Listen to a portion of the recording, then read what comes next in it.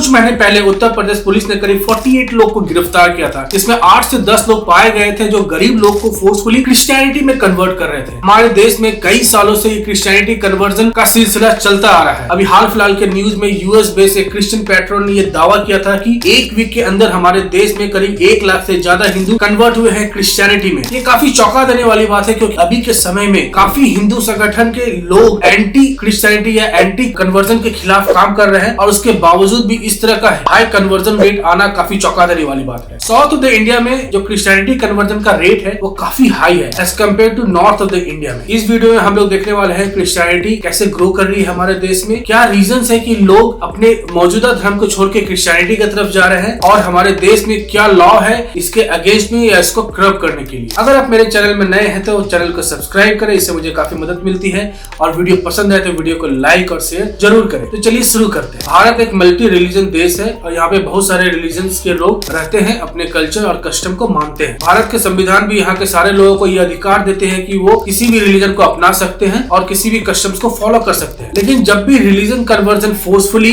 पैसे के लालच में या फेथ के डर में, किसी चीज को डर में रख के अगर किया जाता है तो इस तरह का रिलीजियस कन्वर्जन को गलत माना जाता है। फिलहाल इसके लिए कोई लॉ नहीं है हमारे कॉन्स्टिट्यूशन में, लेकिन बहुत सारे स्टेट अपने एक लोकल लॉ चलाते हैं, बहुत सारे बॉडीज है जो इसके खिलाफ काम करते हैं। इस तरह के अनलॉफुल कन्वर्जन को गलत माना जाता है और इसको एक क्रिमिनल एक्टिविटी का भी दर्जा दिया जाता है। तो हमारे देश में क्रिश्चियन कन्वर्जन देश आजादी के पहले ब्रिटिशर्स के समय से ही काफी हो रहा है। हमारे देश के पॉपुलेशन में आप देखेंगे तो करीब 2% से भी कम एक्चुअल क्रिश्चियन है, और जितने भी क्रिश्चियन है वो सब कन्वर्टेड क्रिश्चियन है। जैसे मैंने आपको पहले ही बताया कि सदर्न स्टेट्स में तमिलनाडु, केरला, आंध्र प्रदेश, कर्नाटक, स्पेशली केरला और तमिलनाडु में सबसे ज्यादा क्रिश्चियनिटी कन्वर्जन हुई है करीब आज से 70 सालों में, कंपेयर टू नॉर्थन इंडिया में। लेकिन नॉर्थन इंडिया में भी जैसे नॉर्थ ईस्ट स्टेट में, झारखंड में और पंजाब में हाल फिलहाल काफी कन्वर्जन दिखता जा रहा है। भारत के करंट पॉपुलेशन करीब 142 करोड़ है। करीब 70 साल में हिंदू का पॉपुलेशन 30 करोड़ से 96.6 करोड़ हुआ है। मुस्लिम का पॉपुलेशन 3.5 करोड़ से 17.2 करोड़ हुआ है। क्रिश्चियनिटी 80 लाख से 2.8 करोड़ हुई है। भारत में करीब 79.8% हिंदू, 14.2% मुस्लिम, 2.24% क्रिश्चियनिटी, 1.7% सिख और करीब 1% से भी कम बुद्धिज्म और जैनिज्म है। केरला में सबसे ज्यादा क्रिश्चियन की आबादी है जो करीब 61 लाख है, और ये कुल आबादी के 18% है। तमिलनाडु में 44 लाख ऑफ क्रिश्चियनिटी है और ये आबादी करीब 6.12% है। 1951 के सेंसस के हिसाब से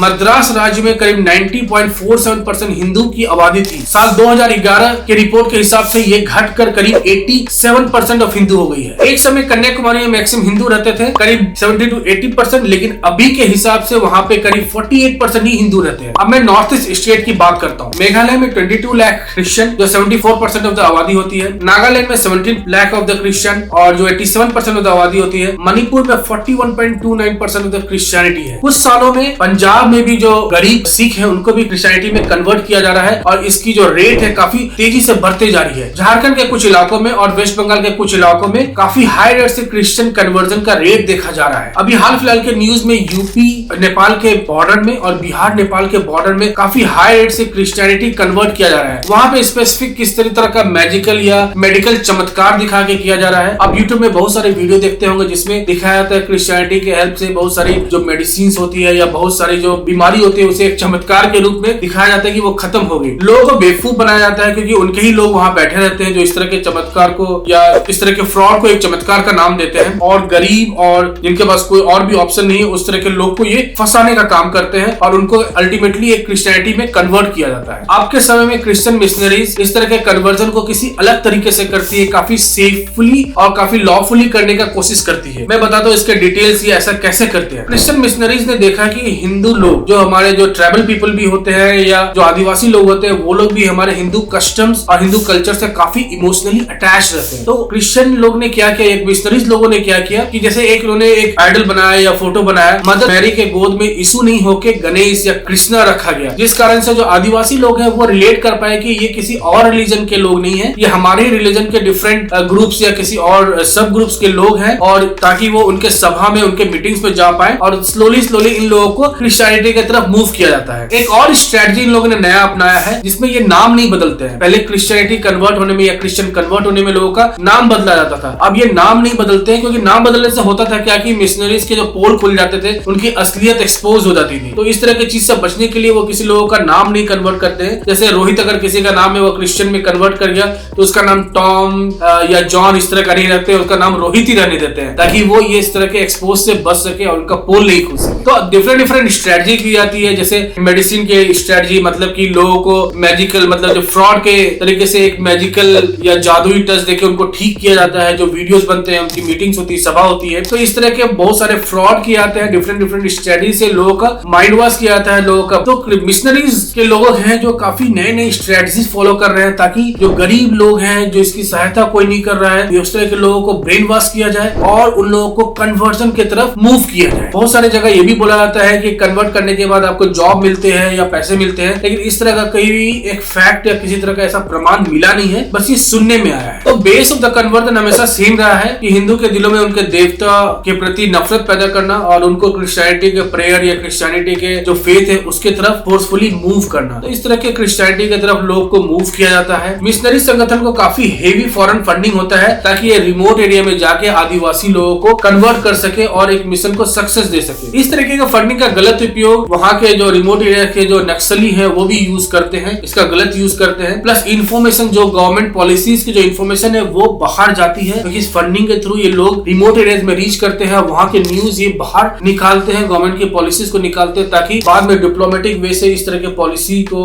आउटफेल कर सके या करप्ट कर सके, इंडिया के खिलाफ एक तरह से कोल्ड वॉर तरह की चीज उठा सके। बहुत सारे एक्सपर्ट का ये भी माना गया है कि जितने भी मिशनरीज स्कूल या हॉस्पिटल्स खुलती है उनका मेन मकसद होता है कन्वर्ट करना, ना कि वहाँ पे एक सोशल जो एक्टिविटी है वो फॉर्म करना। अब बहुत सारे लोगों का ये भी मानना है कि इस तरह के फंडिंग का यूज होता है टेररिस्ट एक्टिविटी में भी। तो जितनी भी फोर्सफुली कन्वर्जन होती है, मेनली क्रिश्चियनिटी फोर्सफुली कन्वर्जन होती है, ये काफी घातक है हमारे देश के आंतरिक जानकारी के लिए, हमारे देश के आंतरिक सुरक्षा के लिए। तो इस तरह के कन्वर्जन के खिलाफ हम लोग को भी बोलना चाहिए। बहुत सारे केसेस आए हैं जहाँ पे यूपी में, जहाँ पे लोग इस तरह के कन्वर्जन के खिलाफ बोले हैं और उस पर एक्शन हुआ है। तो कन्वर्ट करना एक लोग को अपने हिसाब से किसी भी रिलीजन में जाना कोई गलत नहीं है, लेकिन अगर आपको फोर्सफुली कन्वर्ट किया जा रहा है तो वो अनलॉफुल है। अब देखते हैं कि ये कन्वर्जन लोग क्यों करते हैं, क्यों लोग अपने रिलीजन को छोड़ के क्रिश्चियनिटी की तरफ कन्वर्ट करते हैं। बहुत सारे रिलीजन में, जैसे हिंदू के ही बहुत सारे सब रिलीजन में या हिंदू रिलीजन में बहुत कंजर्वेटिव थिंकिंग है। ये कंजर्वेटिव थिंकिंग मॉडर्न थिंकिंग के तरफ नहीं जाती है, मॉडर्न थिंकिंग से ये ताल नहीं खाती है, इसलिए बहुत सारे लोग कन्वर्ट होकर क्रिश्चियनिटी की तरफ जाते हैं। बहुत सारे जगह पे जो हिंदू पेरेंट्स है अपने बच्चों को हिंदू रिलीजन के बारे में सही से बताते नहीं है, उसके फैक्ट्स, उसकी कहानियां या उसके जो भी वहाँ पे वेद हुए या जो भी उनके जो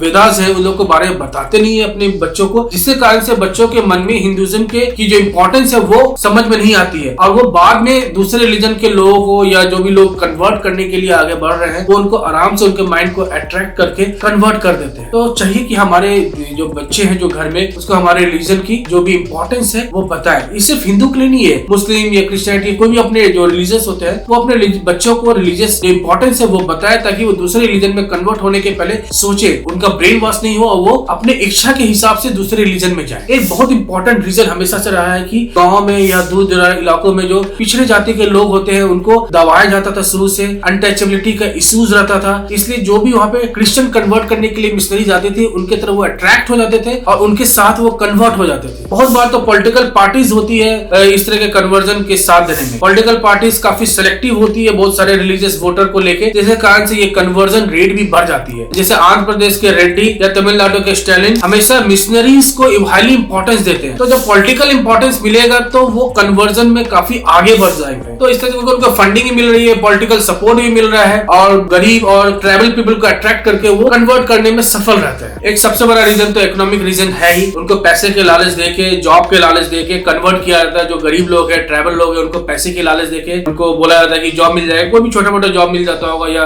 मंथली पैसे मिलते हैं। मैंने सुना है कि जो चर्च जाते हैं एवरी संडे उनको पैसे मिलते हैं, ऐसा कोई फैक्ट नहीं है, मैं फैक्ट के हिसाब से नहीं बोला, जो मैंने सुना है वो बता रहा हूँ। तो हो सकता है कि पैसे के लालच या वन टाइम पैसे मिलता होगा तो इस हिसाब से उनको कन्वर्ट किया जाता है। अब इंडिया के संविधान में जो भारत की जो कॉन्स्टिट्यूशन है उसके हिसाब से क्या ये बोला जाता है, आर्टिकल 25 के हिसाब से कोई भी लोग किसी भी रिलीजन में अपने हिसाब से जा सकते हैं, किसी भी रिलीजन के कस्टम या किसी भी रिलीजन के कस्टम्स को वो मान सकते हैं। तो आर्टिकल 25 इस तरह की इजाजत देती है, लेकिन अनलॉफुल कन्वर्जन के लिए सुप्रीम कोर्ट ने भी काफी कड़ी निंदा की है और सुप्रीम कोर्ट ने कहा है कि स्टेट गवर्नमेंट अपने हिसाब से अगर प्रूफ है अनलॉफुल कन्वर्जन का तो वहाँ पे वो एक्शन ले सकते हैं। अब बहुत सारे स्टेट ये एक्शन लेती भी है। ब्रिटिशर्स के समय से ही ये काफी कन्वर्जन हो रहा है, क्रिश्चियनिटी कन्वर्जन होता जा रहा है और उस समय जो रॉयल फैमिली थे उन्होंने एक एक्ट बनाया था जिसको बोलते थे एंटी कन्वर्जन एक्ट 1930, 1940 और इसमें बहुत सारे जगह के लोग, बहुत सारे स्टेट इसमें जुड़े थे। और तो वो सब स्टेट हैं कोटा, बीकानेर, जोधपुर, रायगढ़, पटना, सुरगुजा, उदयपुर और कालाहंडी। आज के समय में कॉन्स्टिट्यूशन में कोई भी ऐसा एंटी लॉ चीज नहीं है, लेकिन इसके खिलाफ स्टेट गवर्नमेंट भी काफी एक्शन लेती है और हम लोग को भी जागरूक होना चाहिए कि हमारे अगल बगल इस तरह का एक्टिविटी हो रहा है तो सरकार या पुलिस किसी को भी इस तरह का इन्फॉर्मेशन देना जरूरी है। और सब जो फैक्टर्स है उस सबको भी हम लोग को ध्यान रख के लोअर कास्ट का भी ध्यान रखना चाहिए, बच्चों को भी अपने रिलीजियस फेथ को सिखाना चाहिए ताकि कन्वर्जन रेट कम हो। तो आज के वीडियो में हम लोग इसके बारे में काफी डिटेल्स में देखें। आपके अगल बगल या आपके रिलेटिव्स में ऐसा कुछ हुआ है तो आप जरूर कमेंट में बताएं। फिर मिलेंगे नए वीडियो के साथ। और हाँ दोस्तों, अगर आपने मेरे चैनल को सब्सक्राइब नहीं किया है तो प्लीज सब्सक्राइब करें। मैं अकेला ही पूरा वीडियो बनाता हूँ, एडिट करता हूँ, तो प्लीज चैनल को सब्सक्राइब करें। वीडियो पसंद आए तो लाइक और शेयर जरूर करें। फिर मिलेंगे, तब तक के लिए अपना ख्याल रखिए। Take care and good bye.